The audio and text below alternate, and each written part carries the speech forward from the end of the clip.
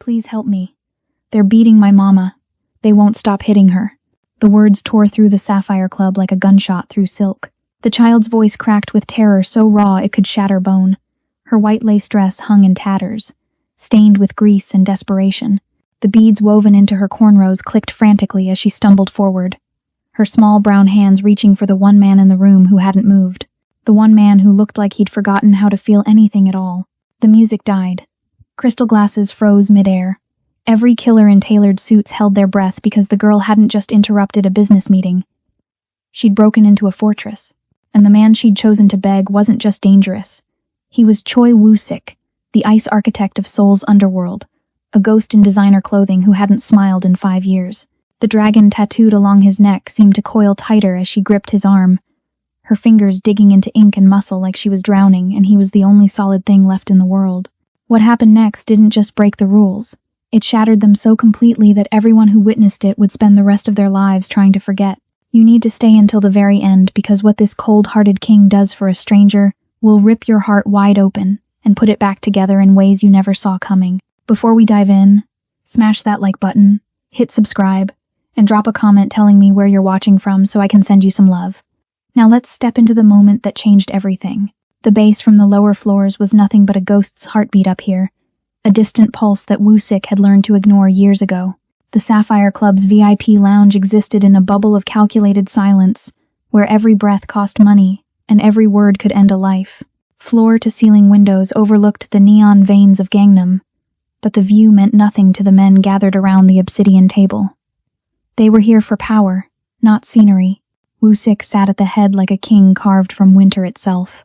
His black suit was unbuttoned just enough to reveal the dragon that crawled up from his chest. Its scales rendered in ink so detailed they seemed to shift when he breathed. His dark hair was swept back, revealing a face that could have belonged to a marble statue, beautiful, cold, and completely devoid of mercy. Gold glinted at his wrists and throat, but it wasn't decoration. It was a warning. Everything about him screamed control, from the way he held his whiskey glass to the way his eyes tracked movement without ever truly focusing on anything. 5 years ago, Choi Woo-sik had been different. He'd laughed. He'd loved his sister Minna with the kind of devotion that made him reckless. Then she died in an exchange gone wrong, bleeding out in his arms while he screamed for help that never came. The man who survived her wasn't the same man who'd held her hand through childhood nightmares. This version had carved out every soft part of himself and replaced it with ice. He ruled Gangnam with calculated brutality, never raising his voice because he didn't need to. His silence was heavier than any threat. Tonight was routine. His lieutenants murmured reports about territories and profits, their voices hushed like they were in a cathedral. Woo-sik listened without reacting, his expression a perfect mask of indifference. He'd built an empire on the principle that emotion was weakness, that sentiment was the crack where the blade always found its way in. His men feared him, his enemies respected him, and the world had learned not to expect mercy from a man who'd forgotten how to offer it. The security at the Sapphire Club was legendary. 12 men stationed at every entrance, metal detectors, biometric scanners, and enough firepower to start a small war. Nothing got in without Woo-sik's approval. Nothing, until the doors exploded inward. It wasn't a rival gang. It wasn't a raid. It was a 7-year-old girl in a torn white dress, her brown skin gleaming with sweat and terror, her cornrows adorned with colorful beads that clicked like tiny bells as she ran. She moved like a hunted animal, all desperation and instinct, her small feet slipping on the polished floor as she crashed into the center of the room. 3 of Woo-sik's men reached for their guns. Another lunged to grab her. But she was already moving, her target locked with the kind of certainty only children possess. She threw herself at Woo-sik, her hands clamping onto his tattooed forearm with enough force to leave marks. "Please help me," she sobbed, her voice breaking into fragments. "They're beating my mama. They won't stop hitting her." The beads in her hair clicked as she looked up at him, and something shifted in Woo-sik's chest. A sound he hadn't heard in 5 years. A sound that belonged to Minna, who used to wear beads just like these. His hand twitched toward the girl before he could stop himself, then froze midair as years of self-control warred with something older, something human. His men stared, waiting for orders. The room held its breath, and Woo-sik felt the ice around his heart crack, just enough to let in one dangerous thought. What if he could save this one? He stood slowly, his shadow falling over the child like a shroud. His voice, when it came, was barely above a whisper. "Where?" The girl's eyes widened with desperate hope. But before she could answer, the world exploded into chaos. Tires shrieked outside, glass shattered, and the club's alarms began to scream as a rival gang's vehicle slammed into the entrance below, sending tremors through the entire building. Woo-Sik's men moved instantly, weapons drawn, shouting into radios. But Woo-Sik's eyes never left the child's face. In that moment, surrounded by violence and sound, he made a choice that would unravel everything he'd built. "Get her to the car," he said quietly, his hand settling on the girl's head with unexpected gentleness. "We're going to find your mother."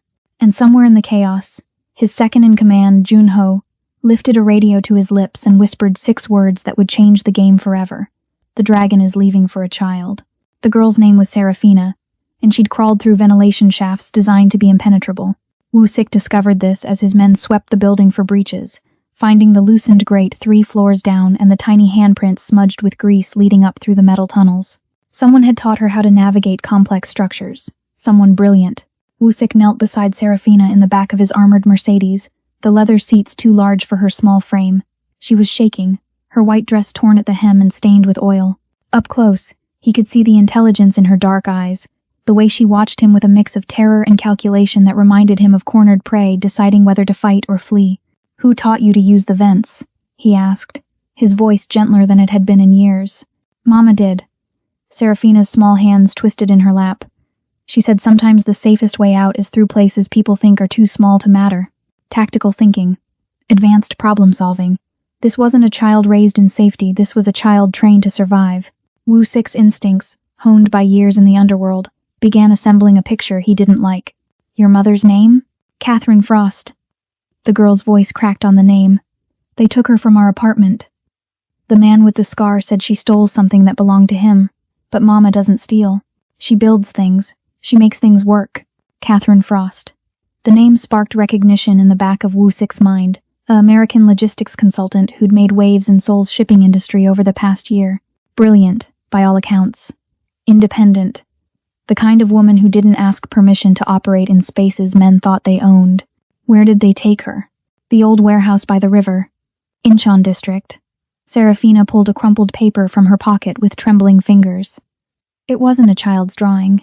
It was a hand-sketched map, complete with guard rotations, entry points, and structural weak points marked in precise detail. Mama made me memorize it.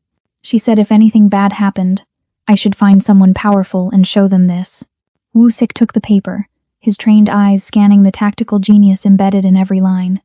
This wasn't desperation, this was warfare. Catherine Frost had known she was a target and had prepared her daughter for the worst. The question was, what had she done to warrant this kind of attention? His driver glanced in the rearview mirror. "Boss, we've handled the situation at the club. False alarm, the car crash was teenagers joyriding, but Jun-ho is asking for orders." Something cold slithered down Woo-Sik's spine. Jun-ho, his second-in-command for 3 years, loyal to a fault, or so he'd thought, but the timing was too convenient, the distraction too perfectly placed. "Tell Jun-ho to secure the club and wait for my return," Woo-Sik said carefully, watching Serafina's face as a memory of Mina superimposed itself over her features. His sister had been 8 when she died. This girl was 7, close enough to reopen wounds he'd thought were sealed. As they pulled away from the Sapphire Club, Woo-Sik's phone buzzed. A text from an unknown number. "The American woman knows too much. Jae-ha will extract what he needs by sunrise. If you interfere, you break the truce." Jae-ha. The name made Woo-Sik's jaw tighten. A rival faction leader who'd been pushing boundaries for months, testing the limits of their uneasy peace.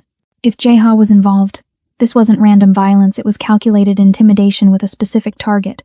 Woo-Sik looked down at Serafina, who was fighting to keep her eyes open, exhaustion and fear finally catching up to her small body. She'd risked everything to save her mother, had broken into a fortress to beg a monster for help, the kind of courage that should have been impossible at her age. "Sleep," he told her quietly, shrugging off his suit jacket and draping it over her small shoulders. "I'll get your mother back. Promise?" Her voice was barely a whisper. He should have said nothing. Promises were leverage. Promises were weakness. But when he looked at her face, all he could see was Mina's final moments, her hand going cold in his while he made promises he couldn't keep. "I promise." As Serafina's breathing evened out into sleep, Woo-Sik pulled out his phone and made a call. Not to Jun-ho, To Hyun-soo, his oldest friend and the only man in his organization he trusted without question. I need a team, full tactical gear. And I need you to monitor Junho's communications without him knowing. Hyun-soo's voice came through steady and questioning. What's happening? Either I'm about to save a woman I've never met, Woo-sik said, watching the city lights blur past the window, or I'm walking into a trap set by my own second in command. Either way, someone's going to bleed before sunrise. He ended the call and looked down at the blueprint Catherine Frost had prepared for her daughter. Every detail was perfect, every calculation precise. This woman wasn't just smart, she was dangerous in ways that had nothing to do with violence, the kind of dangerous that made men like Jae-ha desperate. The car turned toward Incheon, and Woo-sik felt the ice in his chest crack a little wider. For 5 years, he'd existed in a state of controlled numbness, moving through the underworld like a ghost who'd forgotten what it meant to care. But this child, with her clicking beads and desperate courage, had reminded him of something he'd tried to bury with Minna. Some things were worth breaking your own rules for. Behind them, in the shadows of the Sapphire Club, Junho lifted his radio one more time. His voice was cold, efficient, devoid of the loyalty he'd performed for years. Target is mobile with the child. He's headed to Incheon. Tell Jae-ha he has exactly 23 minutes to finish the extraction before the dragon arrives. And make it look like an accident. We need Woo-sik to think he failed to save her. The pieces were in motion. The trap was set. And Choi Woo-sik, the man who'd spent 5 years trusting no one and feeling nothing, was about to learn that the heart he'd tried to freeze could still bleed. The Incheon warehouse district was a graveyard of rusted metal and broken promises, where legitimate business died and the underworld thrived in its corpse. Woo-sik's convoy moved through the industrial maze like sharks through dark water, headlights cutting through the fog that rolled off the Han River. Serafina stirred in the back seat, her small body jerking awake with a gasp. The beads in her hair clicked as she sat up, disoriented and afraid. Woo-sik watched her in the rearview mirror, and for a moment, he wasn't in this car at all. He was in another vehicle, 8 years ago, with Minna's head in his lap and her blood soaking through his shirt. She'd been wearing beaded braids too, a gift from a classmate she'd wanted to impress. The beads had clicked just like Serafina's when the car had taken that final turn, when the ambush had erupted in gunfire, when everything Woo-sik loved had been ripped away in the space between one heartbeat and the next. We're almost there, aren't we? Serafina's voice was small but steady, braver than any child should have to be. Yes. Woo-sik forced himself back to the present, to this moment, to this child he might actually be able to save. Stay in the car when we arrive, no matter what you hear. But Mama, we'll be safer if you're not in the line of fire. His tone left no room for argument, but he softened it with something he hadn't offered anyone in years. Honesty. I can't protect you both if I'm worried about where you are.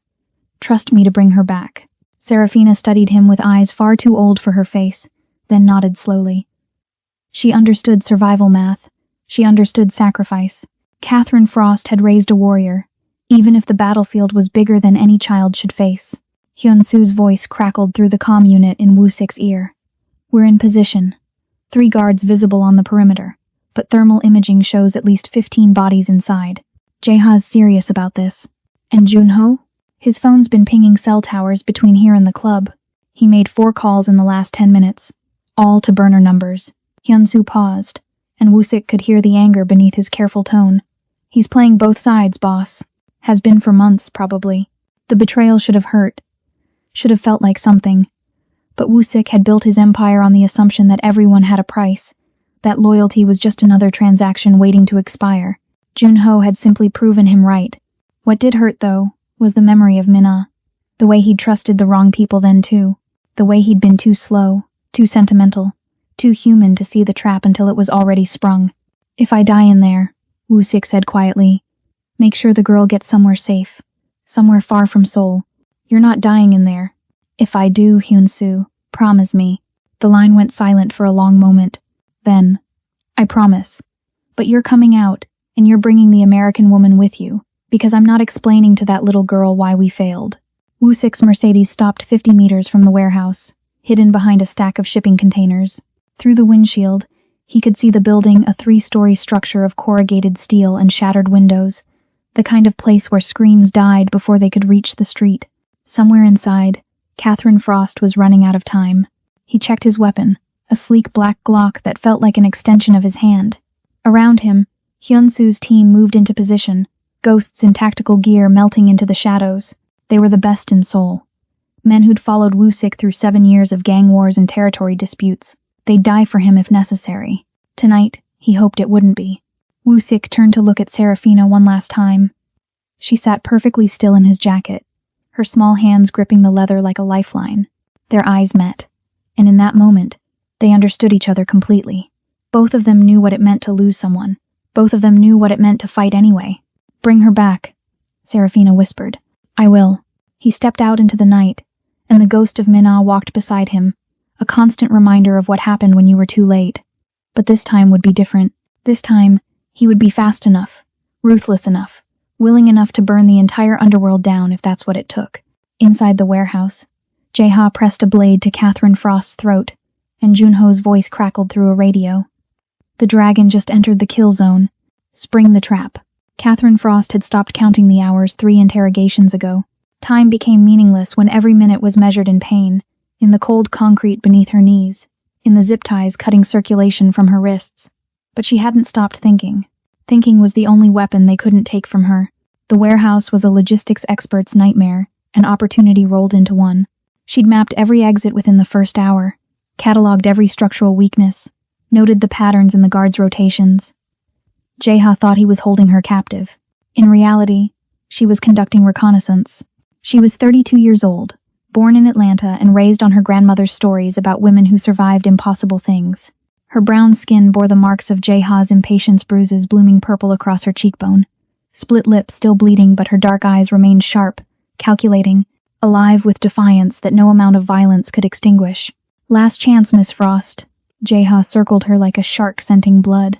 He was younger than she'd expected, maybe 40, with the kind of polished cruelty that came from men who'd never been told no. His suit was expensive, his hands manicured, his smile the worst kind of weapon. "The master access codes to your logistics network. Give them to me, and this ends quickly." "You think I'm stupid enough to memorize codes worth $50 million? Catherine's voice came out hoarse but steady. "They're biometric encrypted. Even if I wanted to give them to you, I couldn't." It was a lie. The codes existed in her head, a string of numbers and algorithms she could recite in her sleep. But Jae-ha didn't need to know that. He needed to believe she was more valuable alive than dead, at least until Serafina had time to reach help. "Please, baby girl," she prayed silently. "Please have found someone who gives a damn." Jae-ha's blade pressed harder against her throat, and she felt warm blood trickle down her neck. "Then we have a problem. Because my buyer doesn't accept excuses, and I've already promised him access to every shipping route between Seoul and Singapore. Your buyer's going to be disappointed."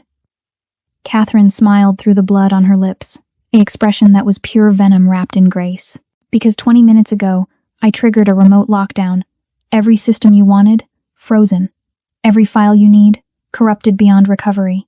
And every law enforcement agency with jurisdiction over international shipping, they just received an anonymous tip about your operations." The lie was so beautiful she almost believed it herself. In truth, she'd done something far more dangerous.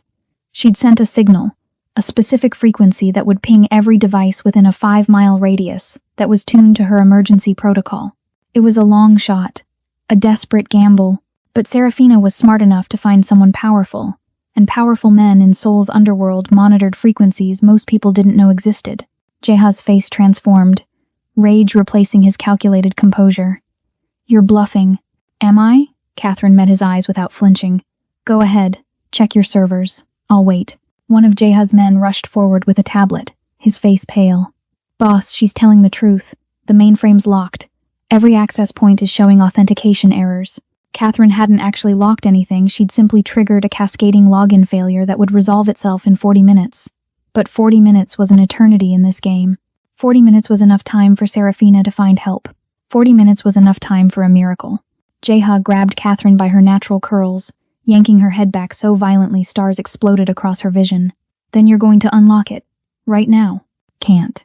She spit blood at his feet, the gesture more defiant than any curse. "See, that's the beautiful thing about automated security protocols. Once they're triggered, only time can reset them. No manual override, no emergency access. Just patience." "I don't have patience." "Then I guess you have a problem." Catherine's smile widened, even as pain radiated through her skull. Because the only thing worse than failing your buyer is delivering damaged goods.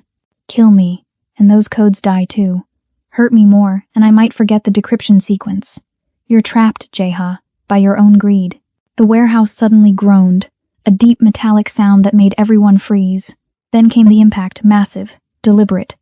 The sound of something very large and very determined hitting the reinforced doors. Jeha's eyes widened. What did you do? Catherine's smile turned savage, victorious, absolutely feral. I sent a signal to the only man in Seoul you're actually afraid of. And judging by that sound, he just arrived. The doors exploded inward with a screech of tearing metal, and through the smoke and chaos, a figure emerged. Tall, controlled, moving with the kind of lethal grace that made predators look clumsy. The dragon tattoo on his neck seemed to writhe in the flickering emergency lights. Choi Woo-sik had entered the kill zone, and he looked like vengeance wearing a human face. Woo-sik saw her immediately. Even through the smoke and chaos, even with 15 armed men between them, his eyes found Catherine Frost like a magnet finding north. She was on her knees, wrists bound, blood trailing down her throat, but her spine was straight. Her head was high. She looked like a queen forced to kneel but refusing to bow. Their eyes locked, and something jolted through him, recognition without ever having met, understanding without words. She'd done this. She'd orchestrated her own rescue by teaching her daughter how to breach fortresses and betting everything on a stranger's humanity. The audacity of it, the brilliant desperation, hit him like a physical blow. Then he saw the red dot. Sniper laser, perfectly centered on Catherine's forehead, invisible to her but blazing like a brand to his trained eyes. His body moved before his mind caught up. Instinct overriding strategy. Down! He roared. Catherine dropped flat as the shot cracked through the air, the bullet passing through empty space where her head had been. Woo-sik was already moving, his weapon tracking the source of the laser to a catwalk 30 feet up. He fired twice. The sniper's body tumbled over the railing. Chaos erupted. Jeha's men opened fire from behind shipping crates. Hyunsu's team returned fire from the entrance. The warehouse became a symphony of violence, muzzle flashes painting the darkness in strobe light horror. But Woo-sik's focus never wavered from Catherine. He moved through the gunfire like water flowing around stones, dropping 2 guards who tried to flank him. A third lunged with a knife. Woo-sik caught his wrist, twisted, and used the man's own momentum to drive the blade into his partner's shoulder. Boss, we've got a problem. Hyunsu's voice crackled through his earpiece. Junho's here. He's leading a second team through the east entrance. So the trap was springing. Junho had waited until Woo-sik was committed, surrounded, vulnerable. The betrayal was textbook isolate the target, overwhelm with numbers, eliminate the threat to your own ambitions. In another life, Woo-sik might have even admired the efficiency. How many? He asked, his voice calm even as he put down another attacker. 8, maybe 10. They're heavily armed. Woo-sik's jaw tightened. He'd brought 6 men. Against 25 enemies and a traitor who knew all his tactics. The math wasn't favorable, but he'd promised a 7-year-old girl he'd bring her mother home, and Choi Woo-sik didn't break promises to children. Not anymore. He reached Catherine's position, dropping into a crouch beside her. Up close, she was even more striking, high cheekbones, full lips split but still defiant, eyes that burned with intelligence and rage. She'd been crying. He could see the salt tracks through the blood and grime, but she wasn't crying now. You came, she breathed, and there was wonder in her voice beneath the pain. Your daughter is very persuasive. He pulled a tactical knife from his belt and sliced through her zip ties in one smooth motion. Her wrists were raw, bleeding where the plastic had cut deep. Can you run? Can you keep them off me? Yes, then I can run. She gripped his forearm as he helped her up, her fingers pressing into his skin with desperate strength. But there's something you need to know. This isn't just about me. Jeha's working for someone bigger, someone who wants your territory. Junho. I know about Junho. Their eyes met again, and in that moment, understanding passed between them like electricity. They were both people who'd been betrayed, both people who'd learned to trust their instincts over their hearts, both people who recognized a kindred spirit when they saw one. We need to reach that terminal. Catherine pointed to a control station across the warehouse floor. I can override the automated systems. Buy us time. You're injured, and you're outnumbered. Her smile was sharp enough to cut. I'm a logistics expert, Mr. Woo-sik. Let me do what I do best. Get me to that terminal, and I'll show you how to win an impossible fight. The east entrance exploded inward. Junho stepped through the smoke with 10 men at his back, his weapon raised, his face transformed from loyal lieutenant to ambitious predator. "Sorry, boss," Junho called across the warehouse, his voice echoing off metal walls. "But the crown doesn't fit you anymore. Time for new management." Woo-sik's hand found Catherine's, their fingers intertwining for just a moment. Her pulse hammered against his palm, fast and fierce and alive. "Stay close," he said quietly. "Try to keep up," she countered. Then they ran. Bullets chased them across the warehouse floor, sparking off metal and concrete. Catherine's legs burned, her vision swimming from blood loss and adrenaline, but she kept pace with Woo-sik as he wove between shipping containers with practiced efficiency. He moved like violence personified, every step deliberate, every turn calculated to keep his body between her and the gunfire. 20 seconds, she gasped, her eyes locked on the control terminal ahead. Woo-sik fired over his shoulder without looking, and somewhere behind them a man screamed, "Hyunsu, we need cover on the north approach." "Working on it, boss." The terminal loomed closer, a dated computer system wired into the warehouse's automated crane network. Catherine had worked with similar setups across 3 continents. She knew their weaknesses, their backdoors, their potential for creative destruction. 10 feet away. 5. Junho's voice cut through the chaos. "Cut them off. Don't let her reach that terminal." Woo-sik spun, putting himself directly in the line of fire. 3 rounds hit his shoulder, his side, his leg, except they didn't. He'd positioned himself behind a steel support beam at the last possible second, using the architecture itself as a shield. But the move cost him.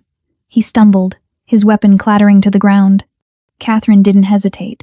She grabbed his arm, hauling him the final distance to the terminal. Her hands flew across the keyboard, muscle memory taking over as lines of code scrolled across the ancient monitor. "What are you doing?" Woo-sik asked through gritted teeth, retrieving his weapon. "Changing the rules." Her fingers never stopped moving. This warehouse uses an automated overhead crane system for moving shipping containers. GPS guided, weight sensors, the whole package. Jaeha never bothered to change the default admin password. She hit enter, and the warehouse groaned to life. Above them, massive industrial cranes began to move. 20-ton shipping containers swung through the air on steel cables, their paths suddenly erratic, unpredictable. The automated system that had been designed for efficiency became a deadly maze of moving metal. Jaeha's men scattered, shouting in confusion as containers swung past their heads. One soldier wasn't fast enough. The steel box caught him mid-chest, sending him flying 15 feet into a concrete pillar. "You're insane," Woo-sik said, but there was admiration in his voice, something warm breaking through the ice. "I'm effective." Catherine's hands danced across the keyboard, orchestrating chaos. East quadrant, 3 men behind the blue container. "Move it 12 feet left in 3, 2, 1. The container shifted, and Hyunsu's team had clear shots. 3 men down. Northwest corner, sniper on the catwalk. "I see him." Woo-sik's shot was perfect. The sniper dropped. They fell into rhythm, Catherine conducting the deadly symphony, while Woo-sik executed the movements. She called targets, created openings, turned the warehouse into a 3-dimensional puzzle that only she could solve. He protected her blind spots, trusted her calls without question, moved with the kind of lethal precision that made her understand why men called him the Dragon. Junho's forces, caught between crossfire and moving containers, began to fall back. But Junho himself was advancing, his face twisted with rage, his weapon trained directly on Catherine. "Enough games," he roared. "You think you're clever, American? You think you've won?" Woo-sik moved to intercept, but 3 of Junho's men blocked his path. He'd have to go through them, and that would take time they didn't have. Catherine's fingers flew across the keyboard one final time. Above Junho's head, a container loaded with machine parts swung into position. She looked at him through the monitor's reflection and smiled. "I don't think I'm clever," she said quietly. "I know I am." She hit enter. The container dropped. Junho dove at the last second, but the falling steel clipped his shoulder, sending him sprawling. His weapon skittered across the floor. Woo-sik was on him in seconds, his knee on Junho's chest, his gun pressed to his former friend's temple.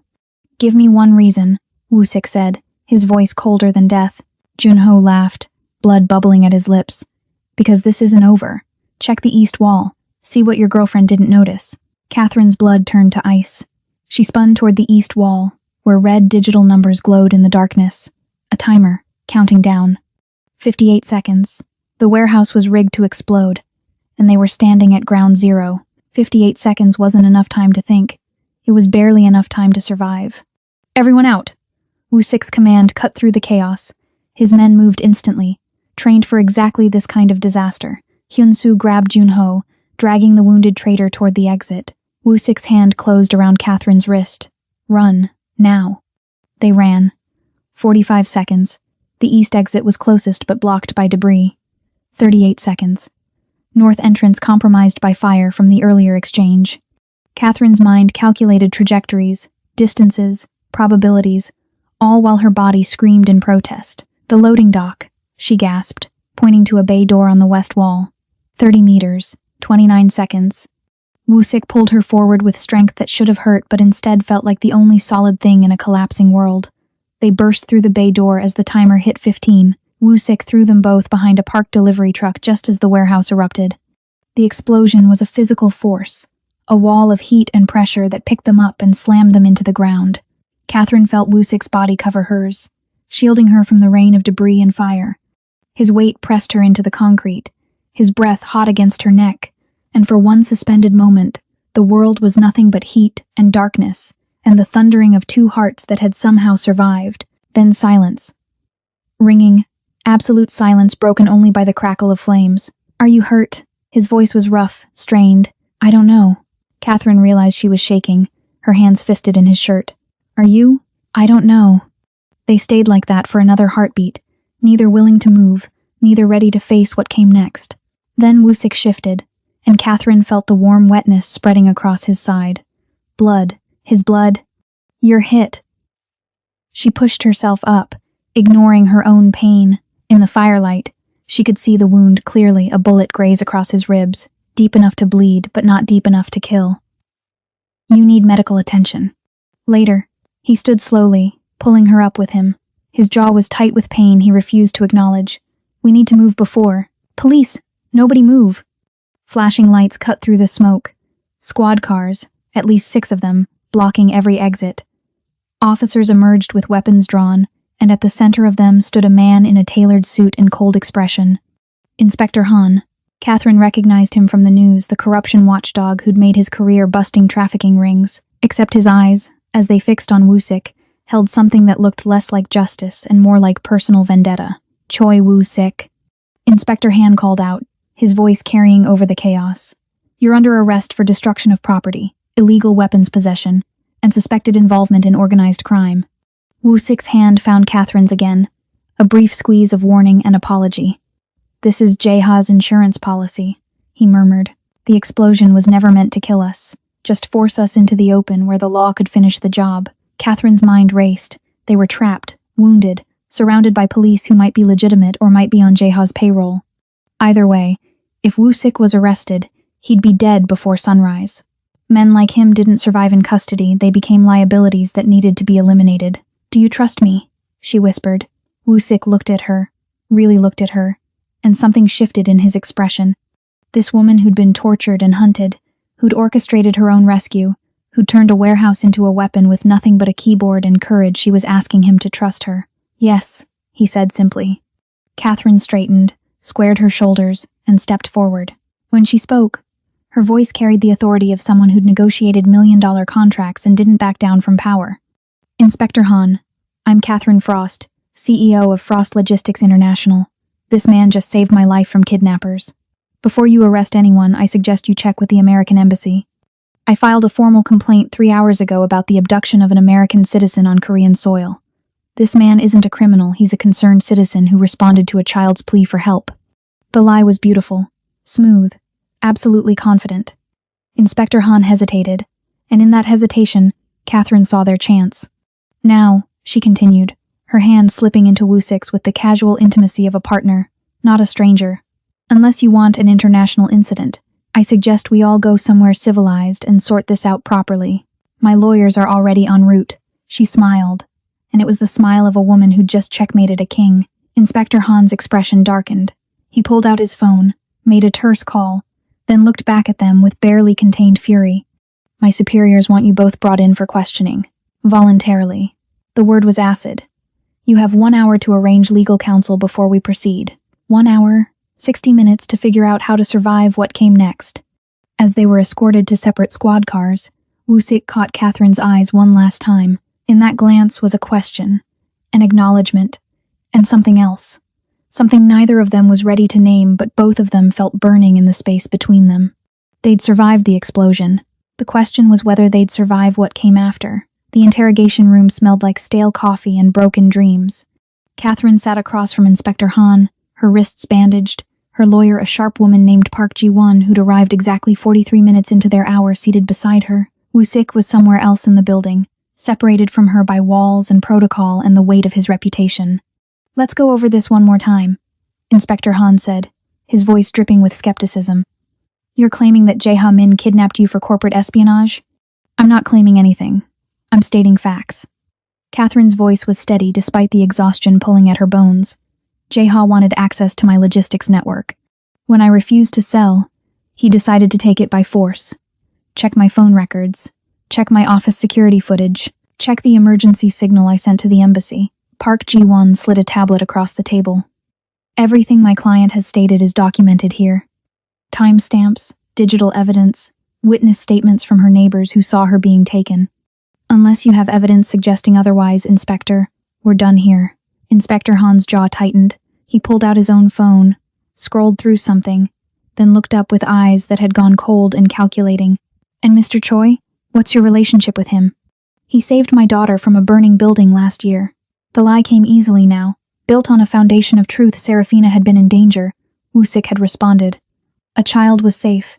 When she couldn't reach me, she remembered him. He came when a 7-year-old asked for help. That makes him a hero, not a criminal. A hero with a criminal record. A sealed juvenile record that was expunged 8 years ago. Park Ji-won interrupted smoothly. "Mr. Choi runs legitimate security consulting firm. Everything he did tonight falls under citizens' intervention in the case of kidnapping. Unless you have evidence of wrongdoing, Inspector, you're wasting everyone's time." The door opened. Another officer leaned in, whispered something to Inspector Han. Whatever he said made the inspector's face go carefully blank. "You're free to go," he said finally, each word forced out like broken glass. "Both of you." Catherine didn't let her relief show. She stood slowly, gathering her things with deliberate calm.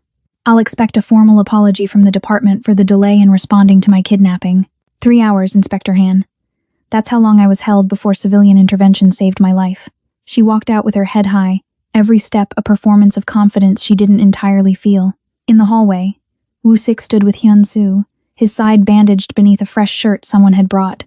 When his eyes found hers, something electric passed between them, recognition, gratitude, and beneath it all, something darker and far more dangerous. "Miss Frost," he said formally, his voice neutral for the officers watching. "I'm glad you're safe. Thanks to you." She crossed the distance between them, and suddenly they were too close, the air too thick. She could smell smoke on his skin, see the faint tremor in his hands from blood loss, feel the heat radiating off him like a furnace. "I owe you my life." "You saved yourself," he said quietly. "I just provided backup. We saved each other." The truth of it hung between them, undeniable. They were strangers who'd become allies who'd become something else entirely in the space of one impossible night. Outside the station, dawn was breaking over Seoul. Catherine's car was waiting, but she couldn't make herself move toward it. Not yet. Not when Woo-sik was standing there looking at her like she was a puzzle he couldn't solve, like she was dangerous and fascinating and entirely unexpected. "Your daughter," he said. "Serafina? She's at my associate's safe house. Hyun-soo's wife is with her. She's been asking for you." Catherine's chest tightened. "Thank you for keeping her safe. She's remarkable, like her mother." The compliment landed like a caress, intimate despite the formal distance between them. Catherine felt herself leaning forward, drawn by gravity or madness or something she couldn't name. Woo-sik's phone buzzed. He glanced at it, and his expression went from warm to frozen in a heartbeat. "What is it?" He turned the screen toward her, a text from an unknown number. "We have the girl, real creative, using a fake safe house address. Bring the American woman to Uido Park, Pier 7 Sunrise. Come alone or we start mailing pieces." Catherine's world tilted. "That's impossible. Serafina is safe. You said..." "I said she was at Hyun-soo's safe house." Woo-sik was already moving, his phone to his ear. "Hyun-soo, check on the package. Now. The pause was infinite, eternal. Then Hyunsu's voice came through, tinny and horrified. Boss, she's gone. There's blood on the floor. Someone breached the safe room. Catherine's knees buckled. Woo-sik caught her, his hands gripping her arms with fierce certainty. We're getting her back, he said, and his voice was a promise carved from steel and fury. I don't care who took her. I don't care what it costs. We're bringing your daughter home. Their eyes locked, and in that moment, Catherine saw the truth. This wasn't just about Serafina anymore. Something had shifted between them, something that made the danger irrelevant and the cost immaterial. Then let's go, she said, her voice steady despite the terror clawing at her heart. And this time, we're finishing this. They moved toward Woo-sik's car together. Two people bound by blood and fire and a child who needed them both to be more than they'd ever been before. Uido Park at sunrise looked like a postcard of serenity, the Han River painted gold. Joggers starting their morning routines, the city waking up innocent and unaware. But beneath the beauty, Catherine felt only darkness. Somewhere in this peaceful landscape, her daughter was terrified, and every second that passed was another second Serafina believed no one was coming. The pier is 200 meters ahead, Woo-sik said, his eyes scanning the landscape with tactical precision. Hyunsu's team is positioned in the tree line. The moment we have visual confirmation of Serafina, they move. Unless it's a trap designed to kill you the moment you show your face. Catherine's voice was tighter than she wanted, fear bleeding through despite her best efforts. Then it's a good thing I'm not going in alone. They'd argued about this in the car, him insisting she stay behind, her refusing with a fury that surprised them both. Serafina was her daughter, her responsibility, her reason for breathing, and if Woo-sik thought she'd sit in safety while her baby was in danger, he didn't know her at all. The pier emerged from the morning mist, like a skeletal finger pointing toward the river. At the end stood a figure tall, familiar, wrong. Junho, bloodied, one arm in a makeshift sling, but very much alive, and beside him, small and terrified in her torn white dress, was Serafina. Catherine's heart stopped. Started. Exploded into motion that had nothing to do with rhythm and everything to do with survival. Mama! Serafina's scream cut through the morning calm. Catherine moved. Woo-sik's hand shot out, catching her arm. Wait. Something's wrong. My daughter is out there, and Junho is too confident for a man who just lost everything. Woo-sik's eyes narrowed, reading the scene like a book written in blood. He's got backup we can't see. Junho's voice carried across the water. Touching, really. The dragon and his new pet, here to play hero. He pressed a gun to Serafina's head, and Catherine felt her soul fracture. Here's how this works. You step down, Woo-sik. Publicly. Transfer your territory, your contacts, your crown to me.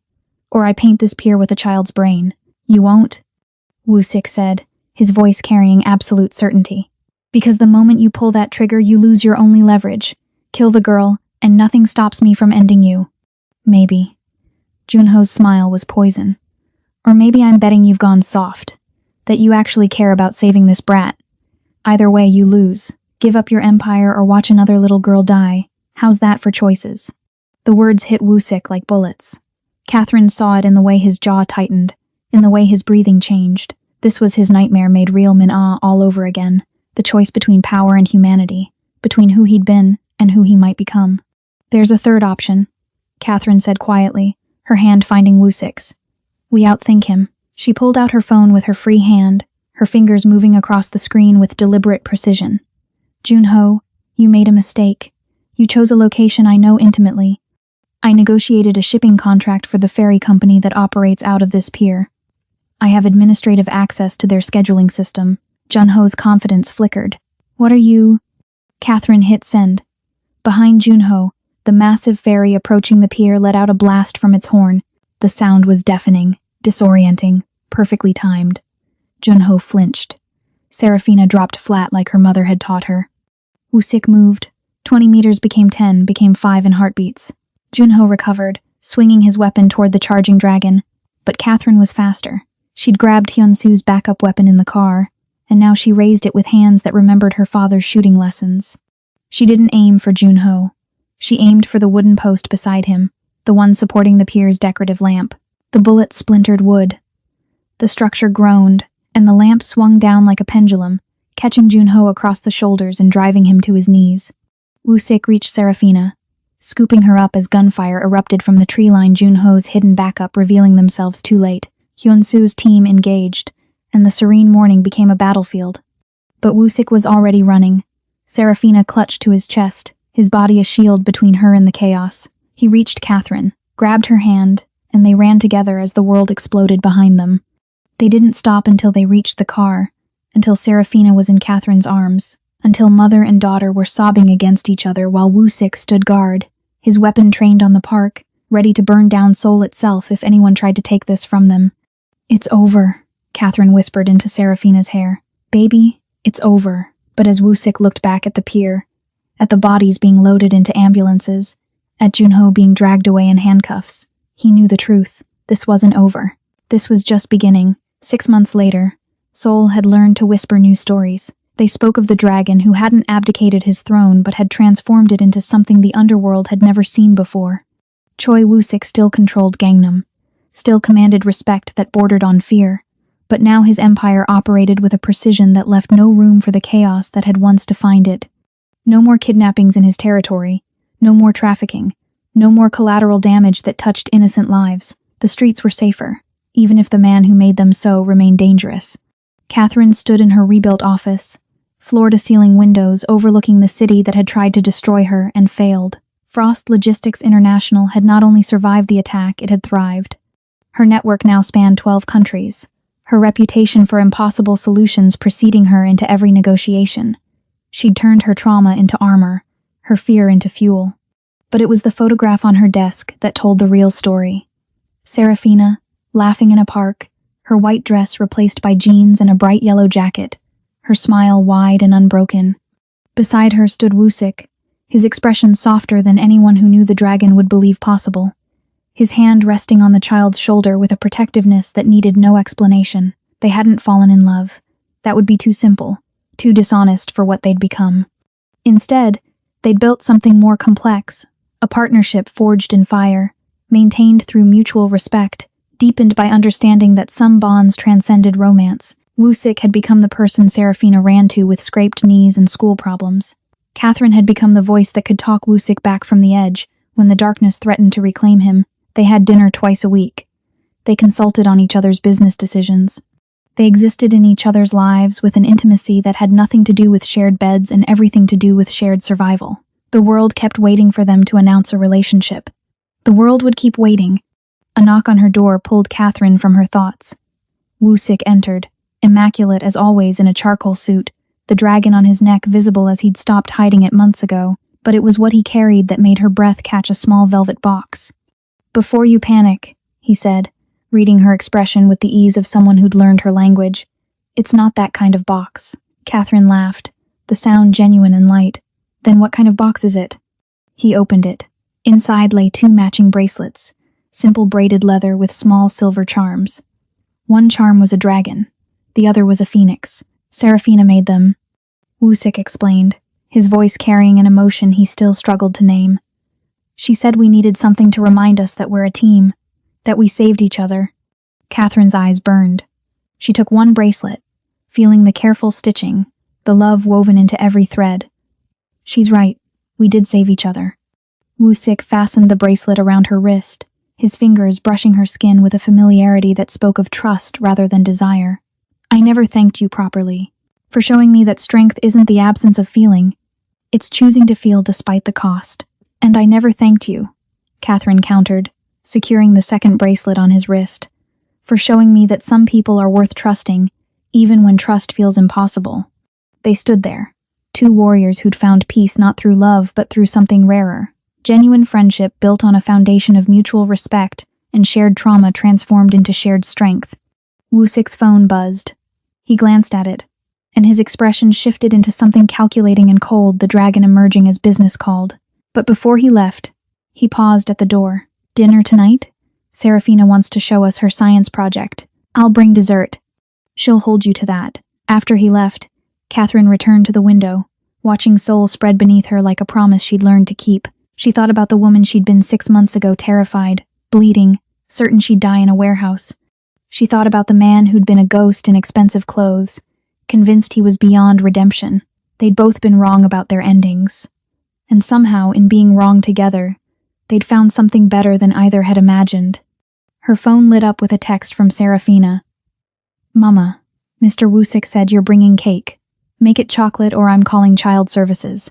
Catherine smiled, her heart full in ways that had nothing to do with romance and everything to do with family, the kind you chose, the kind you built, the kind that saved you when you needed it most. Outside her window, Seoul glittered with possibility, and for the first time in her life, Catherine Frost felt truly, impossibly free. Strength is not found in the absence of vulnerability, but in the courage to remain soft in a world that rewards hardness, to choose connection over isolation, trust over cynicism, and humanity over survival. If you loved this story of survival, strategy, and the family we choose, hit that subscribe button and ring the bell, because next week, we're diving into a tale that'll make this look tame. Drop a comment telling me what moment had you holding your breath, and from me to you, Happy New Year. May your year be filled with the courage to trust, the strength to survive, and the wisdom to know that sometimes the best love stories aren't about romance, they're about finding your people and refusing to let them go.